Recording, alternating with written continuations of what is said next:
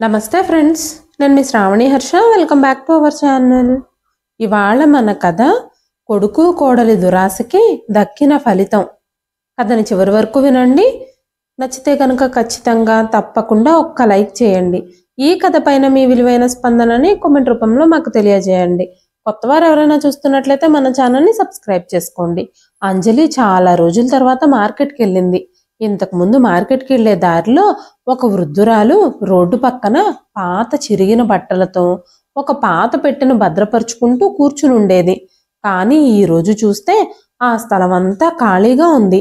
అంజలి ఏదో ఆలోచించుకుంటూ ఆ విషయం పసిగట్టింది. తనకి మార్కెట్ లోపలికి వెళ్లాలని అనిపించలేదు. ఆ పెద్దావిడ ఎక్కడికి వెళ్ళిపోయిందో అని ఆలోచిస్తూనే లోపలికి వెళ్ళింది. తిరిగి వస్తూ ఉండగా పక్కనే ఉన్న టీ స్టాల్లో అతన్ని అడిగింది, ఈ రోడ్డు పక్కనుండే ముసలావిడికి ఏమైంది అని. అప్పుడు ఆ టీ స్టాల్ అతను నెల రోజుల క్రితం ఒకరోజు ఆమె రోడ్డు పక్కన అనారోగ్యంతో పడిపోయింది అని చెప్పగానే ఆ మాటలు విన్న అంజలి గుండెల్లో గుబులు రేగింది. పిల్లల మధ్య ఆస్తి తగాదాల కారణంగా పాపం ఆవిడ నిరాశ్రయురాలయ్యింది అని అక్కడున్న వాళ్ళందరూ మాట్లాడుకుంటున్నారు. కానీ తల్లి ప్రేమను అలా నిరాశ్రయంగా మార్చింది ఎవరో అక్కడున్న ఎవ్వరికీ తెలీదు. ఇంతకుముందు అంజలి మార్కెట్కి వెళ్ళినప్పుడు ఆ పెద్దావిడ ఆ రోడ్డు పక్కనే కూర్చొని ఏదో గొనుక్కుంటూ ఉండేది.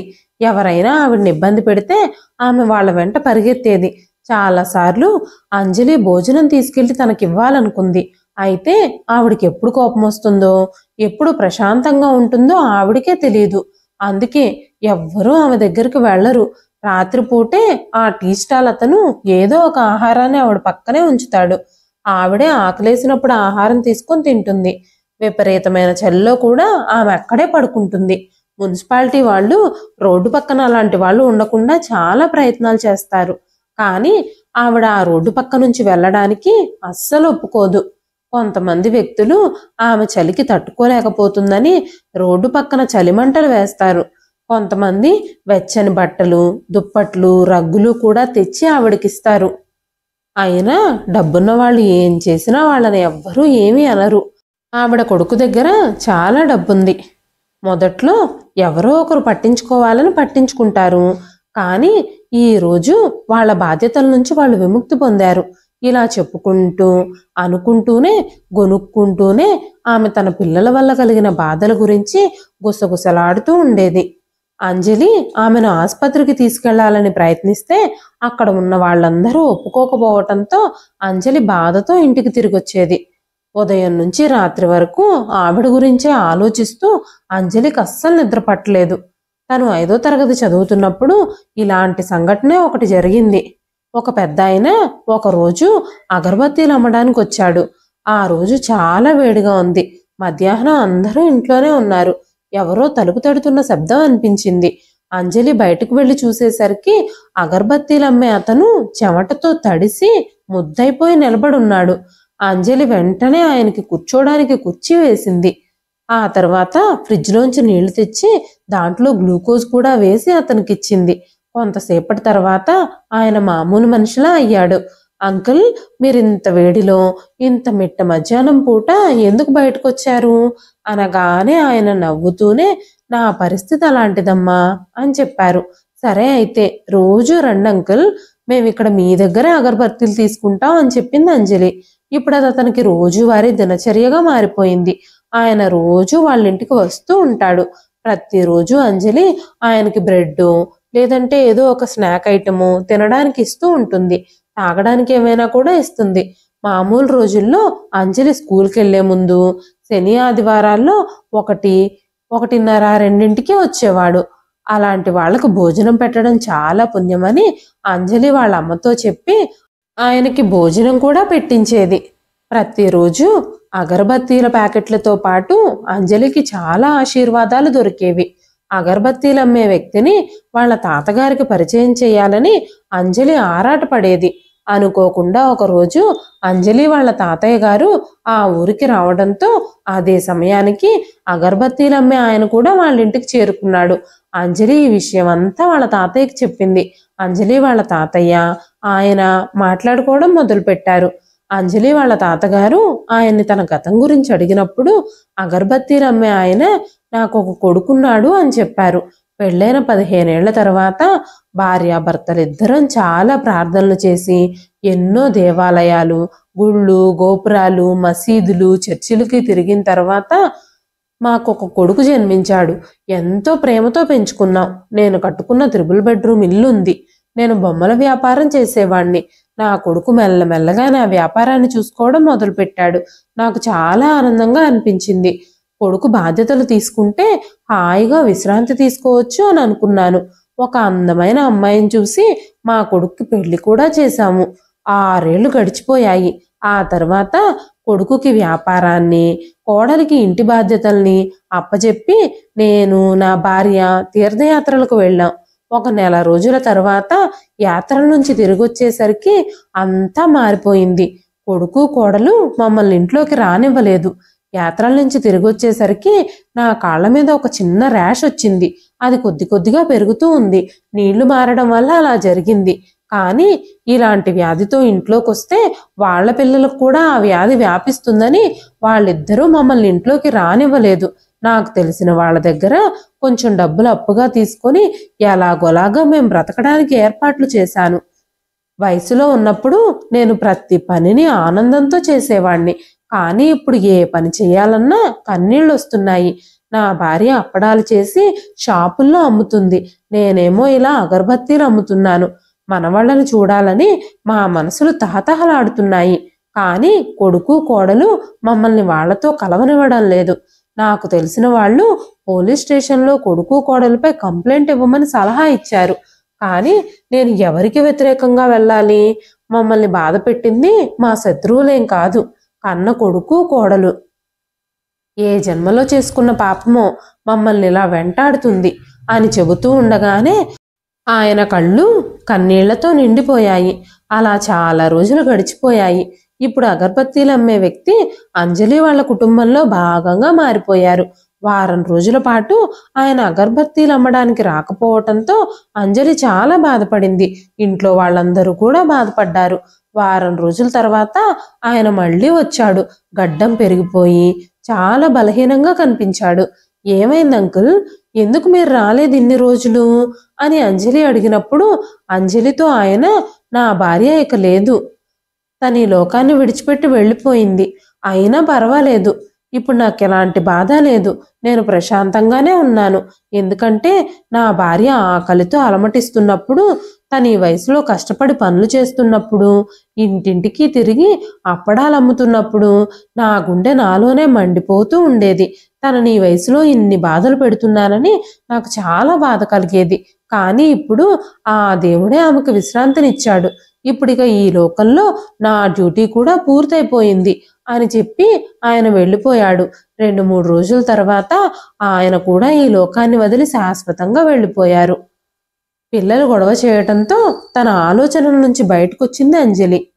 నేనమ్మ పక్కన పడుకుంటానంటే నేనే పడుకుంటానంటూ పిల్లలిద్దరూ తమలో తామే గొడవ పడుతున్నారు. చిన్నప్పుడు తల్లిదండ్రులనే తమ ప్రపంచంగా భావించే పిల్లలు పెద్దవాళ్ళయ్యాక వాళ్ళని రోడ్డు మీద వదిలిపెట్టడం, లేకపోతే బ్రతికుండగానే వాళ్ళని మానసికంగా చంపేయడం, ఇలా ఎందుకు చేస్తారా అని అంజలి ఆలోచించసాగింది. అప్పుడప్పుడు అంజలి పిల్లల అమాయకమైన మొహాలను చూస్తూ ఉంటుంది. నిద్రపోతున్నప్పుడు పిల్లల మొహాలు ఎంత అందంగా ఉంటాయో. అంజలికి ఆ రాత్రంతా నిద్రే పట్టలేదు. ఉదయం పిల్లల్ని స్కూలుకు పంపించిన తర్వాత గబగబా ఇంట్లో పనులన్నీ ముగించుకొని మళ్ళీ మార్కెట్ దగ్గరికి వెళ్ళి చూసినప్పుడు ఆ పెద్దావిడ అక్కడే పడుకొనుంది. ఆవిడ గురించి ఎవ్వరూ పట్టించుకోలేదు. ఆవిడ శరీరం అంతా చలికి వణుకుతుంది. ఇది చూసిన అంజలి కళ్ళల్లో నీళ్లు తిరిగాయి. వెంటనే అంబులెన్స్కి ఫోన్ చేసి దగ్గరలోనే ఉన్న ఆసుపత్రికి తీసుకెళ్లి ట్రీట్మెంట్ చేపించింది. మెల్లగా ఆ పెద్దావిడ కోలుకోవడం మొదలుపెట్టింది. అంజలి రోజు ఆవిడకి భోజనం తీసుకొచ్చి తన చేతులతో స్వయంగా తినిపించేది. ఆ పెద్దావిడ తడి కళ్ళతో అంజలి వైపు చూస్తూ ఉండిపోయేది. కానీ ఏమీ మాట్లాడేది కాదు. ఆసుపత్రిలో తనని డిశ్చార్జ్ చేసిన తర్వాత అంజలి ఆవిడ్ని తన ఇంటికే తీసుకొచ్చింది. కానీ ఆవిడ ఎప్పుడూ విచారంగా ఎటో చూస్తూ కూర్చుని ఉంటుంది. ఒకరోజు ఆ పెద్దావిడ అంజలితో, నా కూతుర్ని ఒకసారి పిలిపిస్తావా అని అడిగింది. అంజలి ఆవిడ చెప్పిన ఇన్ఫర్మేషన్ ఆధారంగా తన కూతురు కోసం వెతికింది. కానీ ఆవిడ కుటుంబ సభ్యుల గురించి ఎటువంటి సమాచారము లభించకపోవటంతో ఆవిడ ఫోటోతో పాటు వార్తాపత్రికలో ఒక ప్రకటన ఇప్పించింది. ఒకరోజు అంజలి స్వీట్ బాక్స్ తీసుకొని ఆవిడ దగ్గరకు చేరుకున్నప్పుడు ఆవిడ అంజలిని ఆశీర్వదించి అంజలి తలపై చెయ్యుంచి విపరీతంగా ఏడవడం ప్రారంభించింది. అంజలితో ఆవిడ మరోసారి తన కుటుంబం గురించి తెలుసుకోవాలని అడిగినప్పుడు అంజలి పేపర్లో తన ఫోటోతో పాటు ప్రకటన ఇచ్చామని, ఎవరైనా మిమ్మల్ని గుర్తుపడితే ఖచ్చితంగా మనల్ని కాంటాక్ట్ చేస్తారని, మీ కూతురు ఖచ్చితంగా మీకోసం వస్తుంది అని అన్నపూర్ణమ్మ గారికి భరోసా ఇచ్చింది. అప్పుడు అన్నపూర్ణమ్మ గారు తన గతం గురించి అంజలికి చెప్పడం మొదలుపెట్టారు. అన్నపూర్ణమ్మ గారు తన భర్త, 2 పిల్లలతో చాలా సంతోషంగా ఉండేవారు. అయితే హఠాత్తుగా తన భర్త ఆవిడ్ని విడిచిపెట్టి ఈ లోకంలో తనని ఒంటరిని చేసి వెళ్ళిపోయాడు. అయినా సరే అన్నపూర్ణమ్మ గారు కొడుకుని, కూతుర్ని ఏ లోటు లేకుండా పెంచి పెద్ద చేశారు. కూతురు హాస్టల్ నుంచి ఇంటికి వస్తుందంటే తనకి ఇష్టమైన స్వీట్స్, తనకి ఇష్టమైన వంటకాలన్నీ చేసి పెట్టేది. కొడుకుని, కూతుర్ని ఎంత కష్టమైనా సరే ఫీజు డబ్బులకి వెనకాడకుండా మంచిగా చదివించింది. 2 ప్రయోజకుల్ని చేసింది. సాధారణంగా పెళ్ళైన ఆడవాళ్ళకి నలుపు రంగు చీర కట్టుకోవడం అంత మంచిది కాదు అని చెప్తారు. కానీ ఆవిడకి మాత్రం నలుపు రంగుకి ఎరుపంచున్న చీరలంటే చాలా ఇష్టపడేది. ఈ ఏడాది పిల్లలిద్దరూ ఉద్యోగాల్లో చేరాక తన బాధ్యతలు చాలా వరకు తీరాయి. కొడుకుకి తండ్రున్న చోటే ఉద్యోగం వచ్చింది. కూతురు మాత్రం హైదరాబాద్లో ఉద్యోగం చేస్తుంది. ప్రతి పండక్కి తన తల్లికి అనూష చీరలు పంపుతూ ఉండేది. తల్లికి నల్ల చీరలు ఇష్టం ఉండటంతో ఏరి కోరి అలాంటి వాటినే పంపేది. కొడుకు మాత్రం, అమ్మా నీకు చాలా చీరలు ఉన్నాయి కదా, వాటిల్లో ఏదో ఒకటి కట్టుకో, అనూష కూడా నీ కోసం చాలా చీరలు కొంటుంది కదా, ఇంకా నేనెందుకు కొనడం, అనవసరంగా డబ్బులు దండగా అని చీర కొనేవాడే కాదు. పైపెచ్చు సుధీర్ చెల్లెల్ని నన్ను కళ్ళ ముందు చూసుకుంటే నీకు ఆ సంతోషమే సరిపోదు, అయినా కొత్త చీరలు ఎందుకు నీకు, చాలా ఉన్నాయి కదా, అయినా చెల్లి రేపొద్దున వస్తానంది, నేను స్టేషన్కి వెళ్ళి పికప్ చేసుకొని అటు నుంచి అటే తీసుకొస్తాను అని చెప్పేవాడు. ఇంటికొచ్చిన తర్వాత అనూష తన బ్యాగ్లోంచి ఒక అందమైన బాక్స్ బయటకు తీసింది. అందులోంచి ఒక వెండి చైన్ బయటకు తీసి చాలా ఆప్యాయంగా అన్నపూర్ణమ్మ గారితో, అమ్మా ఇది నీకోసమే, నా బోనస్ డబ్బులతో కొన్నాను, నా దగ్గరున్న డబ్బులకి వెండిది మాత్రమే వచ్చింది, వచ్చే సంవత్సరం నీకోసం బంగారంది కొంటాను అనగానే అన్నపూర్ణమ్మ గారు, అనవసరంగా నా కోసం ఎందుకు కొన్నావు, ఇవన్నీ వేసుకునే వయసు నాకు ఇప్పుడు లేదు, నీకోసం ఏదైనా తీసుకోవాల్సింది అనగానే అనూష తల్లివైపు కోపంగా చూసింది. అమ్మా ఇంతకు ముందు ఎలాగోలా ఉన్నాము, ఇప్పుడు నేను కాస్త సంపాదిస్తున్నాను కదా, నీ కూతురు నీ కోసం ఎంతో ప్రేమతో తెస్తే అలా అంటావేం అంది అనూష. వెంటనే అనూష సుధీర్తో, అన్నయ్య ఈ దీపావళి పండక్కి నువ్వు అమ్మకి ఏం గిఫ్ట్ తీసుకొచ్చావు అనగానే సుధీర్ నవ్వి, అమ్మ కోసం నేను తన కూతుర్ని తీసుకొచ్చాను, ఇప్పుడు అమ్మ మనసులో ఉన్న దుఃఖం అంతా తుడిచేసి ఆనందాన్నిచ్చాను అని చెప్పగానే అన్నపూర్ణమ్మ గారు చాలా సంతోషించారు. తన కళ్ళల్లో వస్తున్న కన్నీళ్లను కంట్రోల్ చేసుకొని భర్త ఫోటో దగ్గర నిలబడి కొడుకుతో, కూతురుతో మాట్లాడుతూ, ఈ రోజు మీరిద్దరూ చాలా సంపాదిస్తున్నారు, అందుకే చాలా ఖర్చు పెడుతున్నారు. నా చిన్నతనంలో మా నాన్నగారు డ్యూటీ నుంచి వచ్చాక టీ తాగి మమ్మల్ని మోటార్ సైకిల్పై కూర్చోబెట్టుకొని షాప్కి తీసుకెళ్లేవాళ్ళు, ఏది కావాలంటే అది కొనుక్కోమని చెప్పేవారు. కానీ నేను కొన్నవి ఎక్కువ రేటు ఉంటే మా తాతయ్య, మా అమ్మ కళ్ళు పెద్దవి చేసి చూసేవారు. అంత ఖరీదైనవి కొనుక్కోకూడదని, నాన్న సంపాదనని దృష్టిలో పెట్టుకునే బట్టలు కొనుక్కోవాలని చెప్పేవారు. మా తాతయ్య, నాన్న ఎప్పుడూ తమ కోసం ఏమీ కొనుక్కునేవారు కాదు. ఇంట్లో ఉన్న వాళ్ళందరి కోసం మాత్రమే బట్టలు కొనేవారు. ఈరోజు మనం ఎన్ని వస్తువులు కొనుక్కున్నా మా నాన్న కొనిచ్చే వాటితో వచ్చే ఆనందమే వేరు అంటూ అన్నపూర్ణమ్మ గారు ఆలోచించడం మొదలుపెట్టారు. పిల్లలిద్దరూ కలిసి ఆనందంగా దీపావళి పండుగ జరుపుకున్నారు. అన్నపూర్ణమ్మ గారి ఆనందానికి కూడా అవధులు లేవు. ఈ రోజు తన భర్త లేకపోవటంతో తనని జ్ఞాపకం చేసుకొని అన్నపూర్ణమ్మ గారికి అంత బాగోలేదు. తన భర్తని తలుచుకుంటూ భావోద్వేగానికి లోనయ్యారు. సమయం గడిచిపోతూ వచ్చింది. పిల్లలిద్దరికీ పెళ్లిళ్లు జరిగాయి. అన్నపూర్ణమ్మ గారు తన కొడుకు కోడలతో కలిసి ఉండడం ప్రారంభించారు.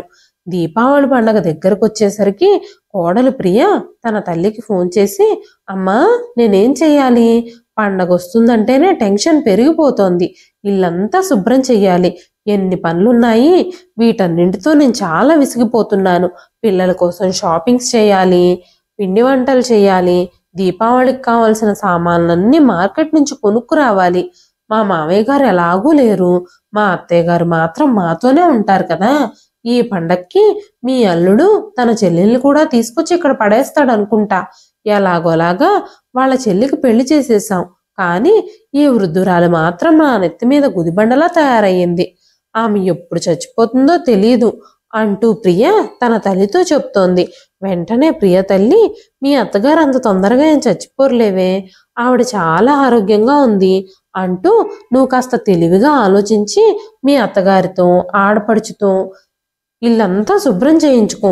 ఏదో ఒక సాకు వెతుకు, వాళ్ళిద్దరిని పనిచేసేలా చెయ్యి అనగానే ప్రియ, నువ్వు చెప్పింది నిజమే అమ్మా, నేనేదో ఒక సాకు వెతికి వాళ్ళిద్దరితో పండగ పనులన్నీ చేయిస్తాను అంటూ ప్రియ, కానీ మీ అల్లుడు గారికి ఇదంతా తెలిస్తే అని అడిగింది. వెంటనే ప్రియ తల్లి, నువ్వు ప్రతిదానికి అంత భయపడితే ఎలాగా? ఈ విషయాలన్నీ అల్లుడు గారికి ఎలా తెలుస్తాయి? తెలియకుండా కొంచెం జాగ్రత్త పడు అంటూ ఫోన్ కట్ చేసేసింది. వెంటనే ప్రియ తన అత్తగారితో, అత్తయ్య గారు, అనూష మన ఇంటికి రాక చాలా రోజులైంది. ఈ పండక్కి రమ్మని తనకు కాల్ చేసి చెప్పండి. మీరు కూడా చాలా సంతోషిస్తారు కదా అనగానే అన్నపూర్ణమ్మ గారు, తను రావడానికి కష్టం అవుతుందటమ్మా. వాళ్ళ ఇంట్లో తనకు చాలా పనులు ఉంటాయి కదా, కాబట్టి తను రాలేనని చెప్పింది అనగానే, పండక్కి ఆడపడుచుని ఇంటికి పిలవడం గౌరవం కదా, మీరు ఎలాగైనా పిలవండి అనగానే అన్నపూర్ణమ్మ గారు కోడలి మాటల్ని కొట్టిపారేయలేక కూతురికి కబురు చేశారు. అప్పుడు అనూష, పండక్కి రావడం కుదరదమ్మా, మా ఇంట్లో కూడా పండగ పనులు చాలా ఉంటాయి కదా. సరే, నువ్వేం బాధపడకు, ఇంతగా పిలిచారు కాబట్టి శని ఆదివారాలు 2 రోజులు సెలవులు ఉంటాయి కదా, అప్పుడు వస్తాను. అప్పుడు మీతో 2 రోజులు ఉన్నట్టు ఉంటుంది. నేను ఎలాగోలా వీలు చూసుకుని వస్తానులే అని చెప్పింది. తర్వాత శనివారం అనూష తన తల్లిదండ్రుల ఇంటికి వచ్చింది. ప్రియా టీ ఇంకా బ్రేక్ఫాస్ట్ ఇచ్చి వాళ్ళ దగ్గరే కూర్చోగానే అన్నపూర్ణమ్మ గారు, అనూష ఇద్దరూ ఆశ్చర్యపోయారు. వెంటనే ప్రియా, నేను మీకోసం ఎప్పుడు ఏమీ చెయ్యను అన్నట్టుగా నన్ను ఎందుకు అలా చూస్తున్నారు? ఎందుకంత కంగారు పడుతున్నారు అంటూ అడిగింది. వెంటనే అనూష, నీకెందుకు ఈ శ్రమ వదినా, నేను ఆల్రెడీ టిఫిన్ చేసే బయలుదేరాను అని చెప్పింది. వెంటనే, సరే మీరిద్దరూ మాట్లాడుకుంటూ ఉండండి, నేను భోజనానికి అన్నీ సిద్ధం చేస్తాను అంటూ కిచెన్లోకి వెళ్ళింది ప్రియ. ఇంటి పనులన్నీ ఆడపడుచుతో అత్తగారితో ఎలా చేయించాలో కిచెన్లో ఆలోచించడం మొదలుపెట్టింది. తర్వాత ప్రియ తలకి కండువా కట్టుకొని వంటగదిలోకి వచ్చింది. వెంటనే అన్నపూర్ణమ్మ గారు, ప్రియా ఏమైంది అని అడగగానే, నిన్న రాత్రి నుంచి నాకు చాలా తలనొప్పిగా ఉంది. పండగ పనులు ఇంట్లో అలాగే ఉన్నాయి. దీపావళి వస్తుంది కదా, ఇల్లంతా శుభ్రం చెయ్యాలి, కర్టన్లు ఉతకాలి, బూజులు దులపాలి, వంటగది శుభ్రం చెయ్యాలి.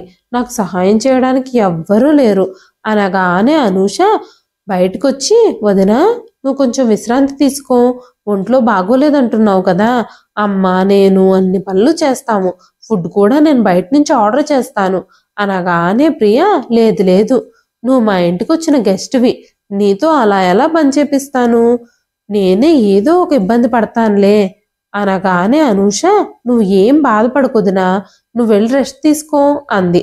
ప్రియ నవ్వుతూ అక్కడి నుంచి వెళ్ళిపోయింది. అన్నపూర్ణమ్మ గారు, అనూష ఇద్దరూ కలిసి ఇంటి పనులన్నీ చేయడం ప్రారంభించారు.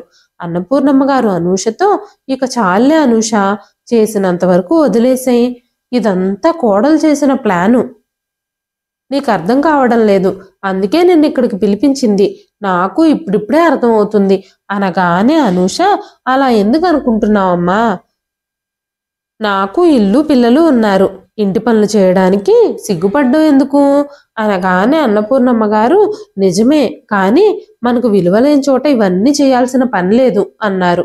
వెంటనే అనూష, పర్వాలేదులే అమ్మా, అన్ని పనులు అయిపోయాయి, ఇక కర్టన్లు మాత్రమే ఉతకాలి, రేపొద్దున్నే లేచి ఉతుకుతానులే, నువ్వు ఇక విశ్రాంతి తీసుకో, నేను మన కోసం డిన్నర్ రెడీ చేస్తాను అని చెప్పి కిచెన్లోకి వెళ్ళింది. ఎవరైనా పుట్టింటికి వెళ్తే విశ్రాంతి తీసుకుంటూ హాయిగా గడుపుతారు, కానీ నువ్వు మాత్రం ఇక్కడికి వచ్చి అన్ని పనులు చేయాల్సి వస్తుంది అని బాధపడ్డారు అన్నపూర్ణమ్మ గారు. అనూష కూడా తన తల్లి కోసం అన్ని సహిస్తోంది. తర్వాత రోజు ఉదయం అనూష అందరి కోసం బ్రేక్ఫాస్ట్ రెడీ చేసి టీ తీసుకుని తన అన్నయ్య సుధీర్ గది తలుపులు తట్టడానికి వెళ్ళింది. అప్పుడు వెంటనే ప్రియ, మీ అన్నయ్యని ఎందుకు డిస్టర్బ్ చేస్తున్నావాను? ఇవాళ సెలవు కదా, ఈ ఒక్క రోజైనా ఆయన్ని ప్రశాంతంగా విశ్రాంతి తీసుకోనివ్వు అనగానే అనూష, ఆల్రెడీ 10 అయిపోయింది వదినా, నేను బ్రేక్ఫాస్ట్ కూడా రెడీ చేసేసాను, అన్నయ్యకు టీ ఇద్దాం అనుకున్నాను అని మాట్లాడుతూ ఉండగానే సుధీర్ నిద్రలేచి, అను బయటే నిలబడిపోయావేం, లోపలికి రా అనగానే, లేదులే అన్నయ్య, నేను టిఫిన్ చెయ్యాలి అని చెప్పి అను అక్కడి నుంచి వచ్చేసింది. తర్వాత కాసేపటికి అను ప్రియతో, వదిన కర్టెన్లు సోఫా కవర్లు అన్నీ ఉతికి ఆరబెట్టాను, నేను ఇక మా ఇంటికి బయలుదేరాలి, కాస్త ఆరిన తర్వాత వాటిని తీసుకొచ్చుకో అని చెప్పింది. వెంటనే సుధీర్, 2 రోజులు ఉండడానికి ఇక్కడికి వచ్చావు, ఈ పనులన్నీ చేయాల్సిన అవసరం ఏముంది అనగానే అనూష, ఏంటన్నయ్య ఇది నా ఇల్లు కాదా, నా ఇంట్లో పనులు నేను చేసుకోవడంలో తప్పే ఉంది. పుట్టింటిని సొంతింటిగా, అత్తగారింటిని పరాయింటిగా భావించే ఆడవాళ్ళు కొంతమంది ఉంటారు, కానీ నాకు రెండింటికి ఏ తేడా లేదు. సరే, నేను అమ్మకి టిఫిన్ పెట్టొస్తాను అంటూ అనూష తల్లి గదిలోకి వెళ్ళి తల్లికి టిఫిన్ తినిపించి మందు ఇచ్చి అన్నీ సర్దుకుని తన అత్తమామల ఇంటికి బయలుదేరింది. అప్పుడు అన్నపూర్ణమ్మ గారు కళ్ళు తడిగా మారాయి. ప్రియ తన గదిలో నుంచి ఒక్కసారి కూడా బయటకు రాలేదు. అన్నపూర్ణమ్మ గారు, చూడు అను, మనతో పనంతా చేయించుకొని ఇప్పుడు కనీసం వెళతానన్నా కూడా బయటకు రావడం లేదు మీ వదిన అనగానే అనూష, అమ్మా నువ్వు ఇలాంటి ఆలోచనలన్నీ వదిలేసేయి, నీ ఆరోగ్యం గురించి చూసుకో అని చెప్పి అనూష అక్కడి నుంచి వెళ్ళిపోయింది. మరుసటి రోజు ప్రియాకి ప్రియ తల్లి కాల్ చేసినప్పుడు ప్రియ నవ్వుతూ నిన్న జరిగిన కథ మొత్తం చెప్పింది. పక్క గదిలోనే ఉన్న అన్నపూర్ణమ్మ గారికి ఈ మాటలన్నీ వినబడ్డంతో తల్లిదండ్రుల్ని తన వారిగా, అత్తమామల్ని పరాయి వాళ్ళుగా భావించే కోడలు దొరికింది నాకు అని తన కళ్ళు కన్నీళ్లతో నిండిపోయాయి. కాలం గడిచిపోయింది. కొన్ని రోజుల తర్వాత అనూష వాళ్ళ మామగారు చనిపోయారు. దానివల్ల అన్నపూర్ణమ్మ గారు కూడా చాలా బాధగా ఉన్నారు. ఆ రోజు సాయంత్రం ప్రియ, అత్తయ్య గారు రేపు పండగ వస్తోంది కదా, పండగ కోసం స్వీట్స్ తయారు చేయాలి, ఇప్పుడు మీ కాళ్ళు చేతులు నొప్పిగా ఉన్నాయి అనే సాకులు మాత్రం నాతో చెప్పకండి అనగానే అన్నపూర్ణమ్మ గారు, ప్రియా నువ్వేం మాట్లాడుతున్నావమ్మా, అనూష వాళ్ళ మామగారు చనిపోయారని నీకు తెలుసు కదా, ఇలాంటి పరిస్థితుల్లో మనం పండగ ఎలా జరుపుకోగలం, నా కూతురింట్లో సంతాపం ఉంటే మన ఇంట్లో పండగ జరుపుకుంటామా అన్నారు. వెంటనే ప్రియ కోపంగా, అను వాళ్ళ మామగారు చనిపోయారు కానీ మా మామగారు కాదు కదా చనిపోయింది అని చెప్పింది. నేను ఇంట్లో పండగలు ఎందుకు చేసుకోలేను, కూతురు అత్తవారింట్లో ఎవరైనా చనిపోతే కూడా మన ఇంట్లో ఏమీ చేసుకోకుండా చేతులు ముడుచుకుని కూర్చుంటామా, ఎన్ని రోజులు మీరు సాకులు వెతుక్కుంటూ ఉంటారు, మార్కెట్కి వెళ్ళి స్వీట్లు కొనాలంటే ఎంత రేట్ అవుతాయో మీకు తెలుసు కదా, మీ అబ్బాయి కష్టపడి డబ్బులు సంపాదిస్తున్నాడు, మీరేమో ఆ డబ్బులన్నీ చక్కగా కూర్చుని ఖాళీ చేయాలని చూస్తున్నారు, ముందు వెళ్ళి స్వీట్లు తయారు చేయండి అని చెప్పగానే అన్నపూర్ణమ్మ గారు కోడలి మాటలకి చాలా బాధగా వంటగదిలోకి నడిచారు. ప్రియా సామాన్లన్నీ బయటకు తీసి అత్తగారికి సాయంగా వంటగదిలో కాసేపు కూర్చొని తర్వాత ఏదో పని ఉందని చెప్పి లేచి వెళ్ళిపోయింది. అన్నపూర్ణమ్మ గారే స్వయంగా అన్ని పిండి వంటలు చేసేశారు. అప్పుడు అన్నపూర్ణమ్మ గారు చివరగా కోడల్ని పిలిచి, ప్రియా నేను పిండి వంటలన్నీ పూర్తి చేసేశాను, అరిసెలను ఒక్కళ్ళం చేయలేం కదా, నువ్వు కూడా నాకు సహాయం చేయగలవా అని అడగగానే ప్రియ కోపంగా, మీకు తినడానికి ఎవ్వరూ ఎలాంటి సహాయము చేయనవసరం లేదు, కానీ ఏదైనా పని చేయాలంటే మాత్రం మీకు సహాయం చేసే తీరాలి అని చెప్పి కోపంగా వెళ్ళిపోయింది. అన్నపూర్ణమ్మ గారు మౌనంగా ఆవిడొక్కతే మిగిలిన పనులు కూడా చేసుకున్నారు. పండగ రోజు ప్రియ స్వీట్లన్నీ ఒక ప్లేట్లో పెట్టి ప్లేట్ని నీట్గా అలంకరించింది. అన్నపూర్ణమ్మ గారు తన గదిలో నుంచి బయటకు రావడం చూడగానే, ప్రియ అత్తయ్య గారు నన్ను అడగకుండా ఏదైనా స్వీట్ని కనుక మీరు ముట్టుకుంటే జాగ్రత్త, అసలే మీకు షుగరు బీపీ ఉన్నాయి, ఈ స్వీట్లన్నీ తిని మీరు మీ ఆరోగ్యం పాడు చేసుకుంటే హాస్పిటల్ ఖర్చులన్నీ మేమే భరించాలిగా అని చెప్పింది. అన్నపూర్ణమ్మ గారు మౌనంగా నిలబడిపోయారు. ఆమె హృదయం అంతా బాధగా అనిపించింది. కొన్ని రోజుల తర్వాత ప్రియా వాళ్ళ అమ్మగారు ఫోన్ చేసి ప్రియా వాళ్ళ నాన్నగారికి బాగోలేదని చెప్పారు. సాయంత్రం ప్రియ అన్నపూర్ణమ్మ గారితో, అత్తయ్య గారు, నేను కొన్ని రోజులు మా పుట్టింటికి వెళ్ళాలి అనుకుంటున్నాను. ఇంట్లో పనులన్నీ మీరే చూసుకోవాలి అని చెప్పగానే అన్నపూర్ణమ్మ గారు, తొందరగా వచ్చేయమ్మా, కొత్త సంవత్సరం రాబోతుంది, ఇంట్లో పూజ చేయాలి కదా అనగానే ప్రియ కోపంగా, మీకు మతిపోయిందా? మా నాన్న ఆరోగ్యం అసలే బాగోలేదు, మీరింట్లో కొత్త సంవత్సరం పండగ జరిపించాలి అనుకుంటున్నారా? మీ కూతురు మామగారు చనిపోయినప్పుడు మాత్రం మీరు చాలా బాధపడ్డారు. కానీ నా తండ్రికి బాలేదని తెలిసినా కూడా నన్ను తొందరగా వచ్చేయమంటున్నారు. అసలు మీకు కొంచెం కూడా బుద్ధి లేదు అనగానే అన్నపూర్ణమ్మ గారు, మీ నాన్నగారికి బాలేదని నాకు తెలియదమ్మా అన్నారు. వెంటనే సుధీర్, ప్రియా, అమ్మతో ఎందుకు అలా మాట్లాడుతున్నావు అనగానే ప్రియ కోపంగా, ఈ ఇంటికి వచ్చిన దగ్గర నుంచి నా జీవితం అంతా దుర్భరంగా మారిపోయింది. మీ అమ్మగారికి తన కూతురికి కష్టం వస్తే అది కష్టంగా భావిస్తుంది ఈవిడ. కానీ మా నాన్నకు ఒంట్లో బాగోకలేకపోతే ఈవిడికి చీమ కుట్టినట్టుగా కూడా లేదు. మీ అమ్మగారికి మీరొక్కరే కొడుకా? మీ చెల్లెలు కూడా ఉంది కదా, తనింటికి కూడా కొన్నాళ్ళు వెళ్ళి ఉండొచ్చు కదా. లేదంటే మీ అమ్మగారిని ఊర్లో ఉన్న ఆ ఇంటికి పంపించేయండి. మీ నాన్నగారు సిటీలో ఇల్లు కొనకముందు మీరందరూ అక్కడ పల్లెటూరులోనే ఉండేవారని ఒకసారి నాకు చెప్పారు కదా. అక్కడ మీకు ఇల్లు పొలాలు ఉన్నాయి కదా, ఆవిడని అక్కడికి పంపించండి. నాకు ఆవిడ ముఖం కూడా చూడాలని లేదు. నా జీవితంలో కాస్త కూడా సంతోషం లేదు అంటూ ప్రియ కోపంగా రుసరుసలాడుతూ తల్లిదండ్రుల ఇంటికి వెళ్ళింది. వెంటనే సుధీర్, అమ్మా, తన మాటలేమీ నువ్వు పట్టించుకోవద్దు. ఒక్కొక్కసారి తనంత షార్ట్ టెంపర్గా ఉంటుందో నీకు తెలుసు కదా అనగానే అన్నపూర్ణమ్మ గారు, బాబు సుధీర్, నువ్వు నా కోసం ఒక పని చేస్తావా అని అడిగారు. వెంటనే సుధీర్, ఏం చేయమంటావమ్మా చెప్పు అనగానే కోడలు కోపంలో అన్న మంచి మాటే మాట్లాడింది. నిజంగానే నన్ను ఊరికి తీసుకెళ్ళిపో. అక్కడ మన ఇల్లు ఖాళీగానే ఉంది కదా, వ్యవసాయం చేసే భూమి కూడా ఉంది, అక్కడ దేనికి లోట్లేదు. మీ నాన్నగారితో సంతోషంగా చాలా కాలం గడిపిన ఇంట్లో నేను ఇక మీదట సంతోషంగా జీవిస్తాను. ఇక్కడ మాత్రం నేను ఒంటరిగానే ఉంటున్నాను కదా. ఈ ఇంట్లో కూడా మీ నాన్నగారితో మీతో నాకు చాలా జ్ఞాపకాలు ఉన్నాయి. ఆయన సిటీకి ట్రాన్స్ఫర్ అయినప్పుడు మీ నాన్నగారు మన కోసం సిటీలో ఈ ఇంటిని కొన్నప్పుడు నేను చాలా సంతోషించాను. కానీ ఇప్పుడు ఈ ఇంట్లో ఉండాలని నాకు అస్సలు అనిపించడం లేదు. నువ్వు చెల్లి నన్ను ఎప్పుడు కావాలంటే అప్పుడు వచ్చి చూసెళ్తూ ఉండొచ్చు అని అడిగారు అన్నపూర్ణమ్మ గారు. సుధీర్ అన్నపూర్ణమ్మ గారికి నచ్చజెప్పడానికి చాలా ప్రయత్నించాడు. కానీ అన్నపూర్ణమ్మ గారు, నువ్వు నా సంతోషమే కోరుకుంటే నన్ను మన ఊరికి తీసుకెళ్ళిపో. అక్కడ నాకు తక్కువ డబ్బులతోనే జరిగిపోతుంది. పల్లెటూరులో ఏమంత ఖర్చులుంటాయని, పైగా గౌరవంతో కూడా జీవించగలుగుతాను అని మాట్లాడుతూ ఉన్నప్పుడు అన్నపూర్ణమ్మ గారి కళ్ళల్లో నీళ్లు తిరిగాయి. కొడుకు కూడా తల్లి చెప్పిందాన్ని నిజమే అని భావించాడు.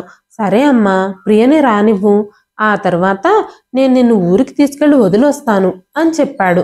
4 రోజుల తర్వాత ప్రియ తిరిగి వచ్చేసరికి అన్నపూర్ణమ్మ గారు తన వస్తువులన్నీ ప్యాక్ చేసుకుని రెడీగా ఉన్నారు. అత్తగారు అలా రెడీగా ఉండడం చూసిన ప్రియ గదిలోకి వెళ్ళి, అత్తయ్య గారు ఎక్కడికి వెళ్తున్నారండి, రెడీ అయి ఉన్నారు అంటూ భర్తను అడిగింది. వెంటనే సుధీర్, అమ్మ ఊరికి వెళ్ళాలనుకుంటోంది.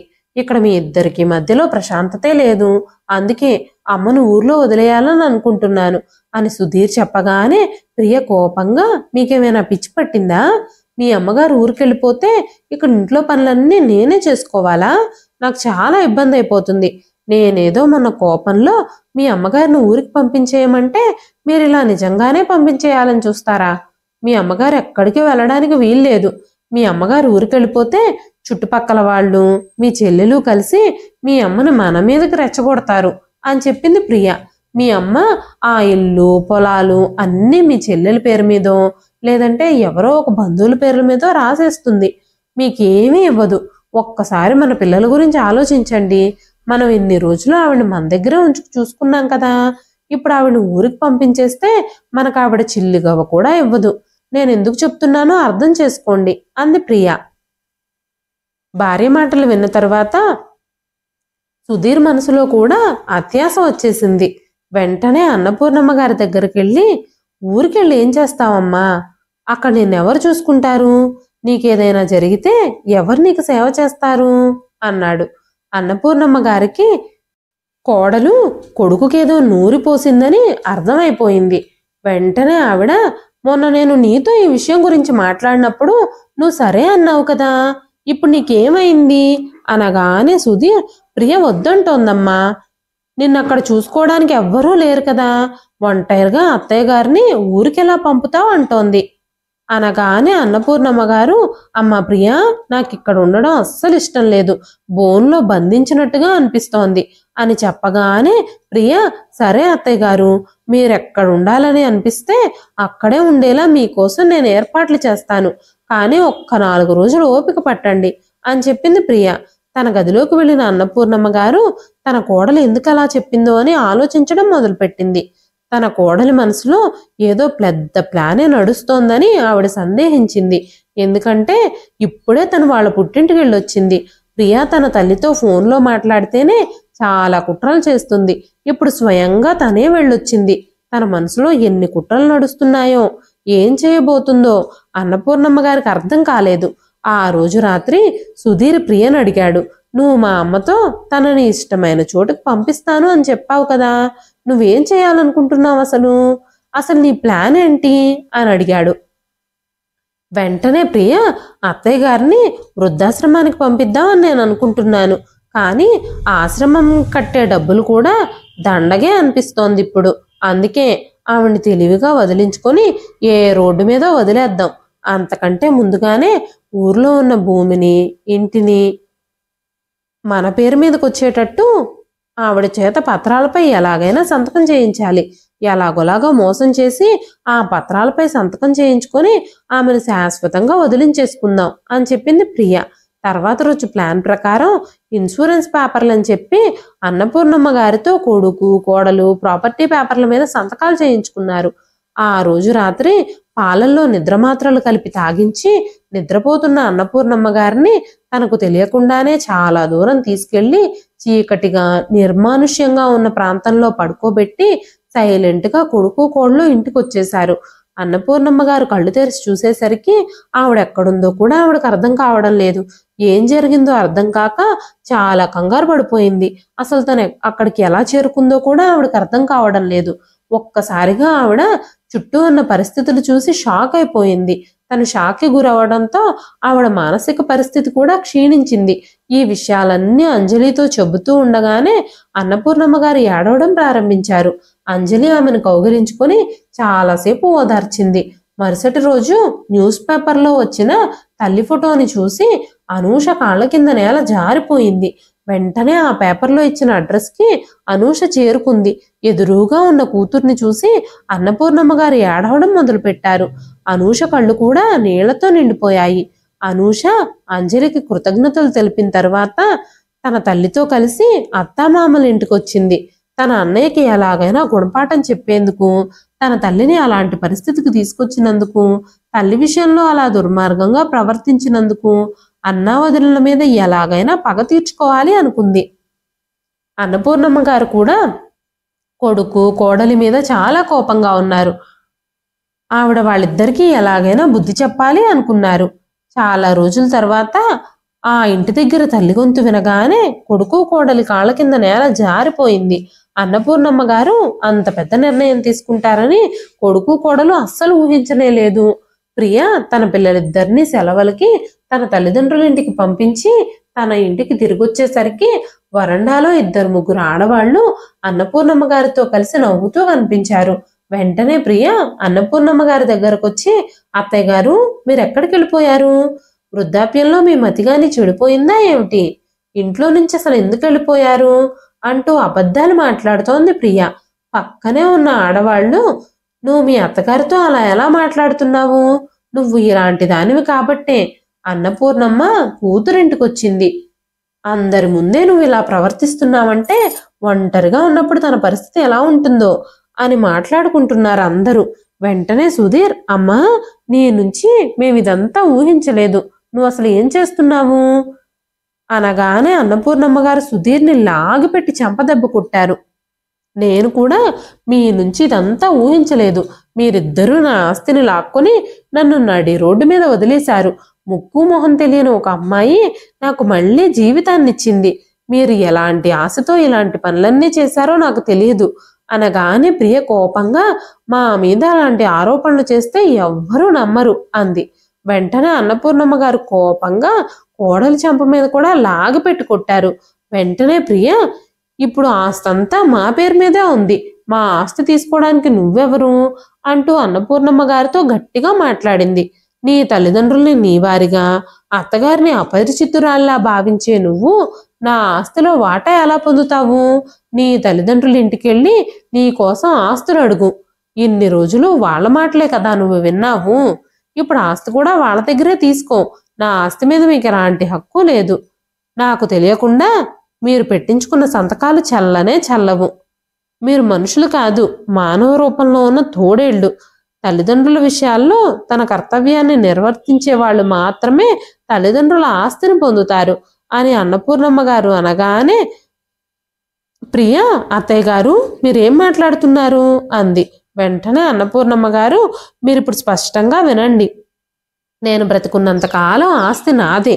నా మరణానంతరం నా పొలం, ఈ భూమిలో సగభాగం మీ చెల్లెలికి చెందుతుంది అనగానే ప్రియ వెంటనే, మరి ఇల్లు, మిగిలిన భూమి అని అడిగింది. అన్నపూర్ణమ్మ గారు మాట్లాడుతూ, నా మరణానంతరం ఈ ఇల్లు వృద్ధాశ్రమంగా మార్చబడుతుంది. ఊర్లో ఉన్న ఇల్లు, పొలాలు అన్నీ అమ్మి ఆ వృద్ధాశ్రమానికి మెయింటెనెన్స్కి ఖర్చు పెడతాము. ఈ బాధ్యతలన్నీ నా కూతురు అనూకి, నాకెంతో సాయం చేసిన అంజలికి అప్పచెప్తున్నాను అని చెప్పగానే, ప్రియా, ఇది అన్యాయం అత్తయ్య గారు, మీరు అలా చేయకండి. మీ తర్వాత ఈ ఇల్లు, ఆస్తి మాకే కదా చెందాల్సింది అంది. అత్తగారి మీద కనీసం గౌరవం లేదు నీకు. నన్ను ఏ రోజు ఒక మనిషిగా కూడా చూడలేదు నువ్వు. నా ఆస్తిలో వాటా కోసం మాత్రం ముందుకొచ్చేస్తున్నావా? మీరు వెంటనే ఇక్కడి నుంచి వెళ్ళిపోండి. మీరిద్దరూ ఇప్పటికిప్పుడే నా ఇల్లుని ఖాళీ చేయండి. లేకపోతే మీరు నన్ను మోసం చేసినందుకు, మోసపూరితంగా నా చేత సంతకాలు పెట్టించుకున్నందుకు జైలుకు వెళతారు. నేను పోలీస్ కంప్లైంట్ ఇస్తాను అని చెప్పగానే సుధీర్ తన తల్లికి చేతులు జోడించి క్షమాపణ చెబుతూనే ఉన్నాడు. కానీ అన్నపూర్ణమ్మ గారు అతన్ని క్షమించలేదు. అన్నపూర్ణమ్మ గారు లేచి తన గదిలోకి వెళ్ళిపోయారు. వెంటనే సుధీర్ ప్రియ చేయి పట్టుకొని, ఇది మన మితిమీరిన దురాశకు కలిగిన ఫలితం. నీ మాటలన్నీ విని నేను నా తల్లిని దూరం చేసుకున్నాను. ఇప్పుడు బాధపడుతున్నాను అంటూ ఇద్దరూ ఖాళీ చేతులతో ఇంటి నుంచి బయటకు వెళ్లాల్సి వచ్చింది. అంజలి అన్నపూర్ణమ్మ గారిని తన తల్లిలా భావించడం మొదలుపెట్టింది. అన్నపూర్ణమ్మ గారు కూడా అంజలిని సొంత కూతుర్లా భావించారు. అప్పుడప్పుడు అంజలి అన్నపూర్ణమ్మ గారి దగ్గరకు వస్తూ పోతూ ఉంది. ఇప్పుడు అన్నపూర్ణమ్మ గారికి ఇద్దరు కూతుర్లు. అంజలి కూడా సెలవు వచ్చినప్పుడల్లా అన్నపూర్ణమ్మ గారిని కలవడానికి వచ్చేది.